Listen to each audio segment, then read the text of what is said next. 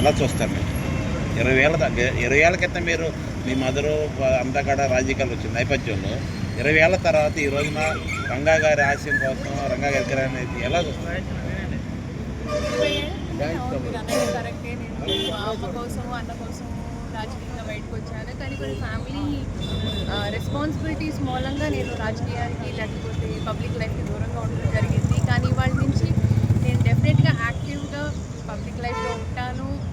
మా రాధారంగ మిత్రమండలి సభ్యులతో కలుస్తాను, రంగా గారి ఫ్యాన్స్తో కలుస్తాను. వాళ్ళతో ఏంటి అనేది ఇష్యూస్ అనేది నేను డెఫినెట్లీ డిస్కస్ చేస్తాను. పబ్లిక్గా ఫంక్షన్స్ అనేది నేను డెఫినెట్గా అటెండ్ అవుతాను. రాజకీయాల్లో రంగా గారి మీద చాలా ఆప్యాయత అనురాగాల నేపథ్యంలో రాజకీయ కొరత ఏర్పడింది అనుకుంటున్నారా, లేదంటే రంగా గారి ఆశయాల కోసం మళ్ళీ ఒక అడుగు ముందుకేసి అందరిని కలుపుకుని వెళ్ళాలనుకుంటున్నారా? రాజకీయ కొరత ఎప్పుడు ఉంటుందండి, ఎందుకంటే రంగా గారి ఫ్యాన్స్ చాలా పెద్ద ఫ్యాన్ బేస్ అండి. అది ఉభయ రాష్ట్రాల్లోనే కాదు, మీకు దేశ విదేశాల్లో కూడా మీకు ఆయన ఫ్యాన్స్ ఉన్నారు. ఆ ఫ్యాన్స్ అందరినీ ఇచ్చేయాలంటే రాజకీయ కొరత ఎప్పుడు ఉంటుంది. అలాంటిది మా వంగవీటి ఫ్యామిలీ ఎప్పుడు ఆ కొరతను తీర్చడానికి ప్రయత్నిస్తుంది. అది ఆయన రాధా గారు ఒక్కళ్ళే కాదు, మా ఫ్యామిలీ ఎవరు వచ్చినా మేము ఆహ్వానిస్తాము. అంటే రంగా గారి ఆశయాల కోసం అటు రాధాకృష్ణ గారు మీరు రావడం ఎలా చూస్తారు?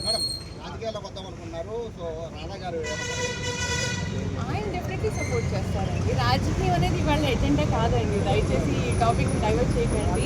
నేను అన్నట్టు రాధారంగ మిత్రమండలి సభ్యుని రంగా గారి ఫ్యాన్స్ని కలవటం, ఇవాళ పాలకొల్లో కాపువన్ భోజనాలు ఉన్నాయి, వాళ్ళందరినీ కలవటం, ఫ్యాన్స్ని కలవటం అనేది జరుగుతుంది. రాజకీయం అనేది తర్వాత డెసిషన్.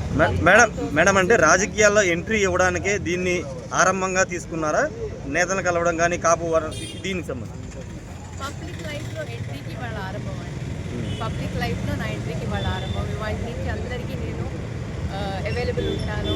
ఎవరన్నా ఏమన్నా కష్టాలు వచ్చినా నష్టాలు వచ్చినా నేనున్నాను, అండగా నేనున్నానని చెప్పి, నేను కూర్చుంటానని చెప్పి ఇవాళ పబ్లిక్ లైఫ్లో వస్తున్నాను.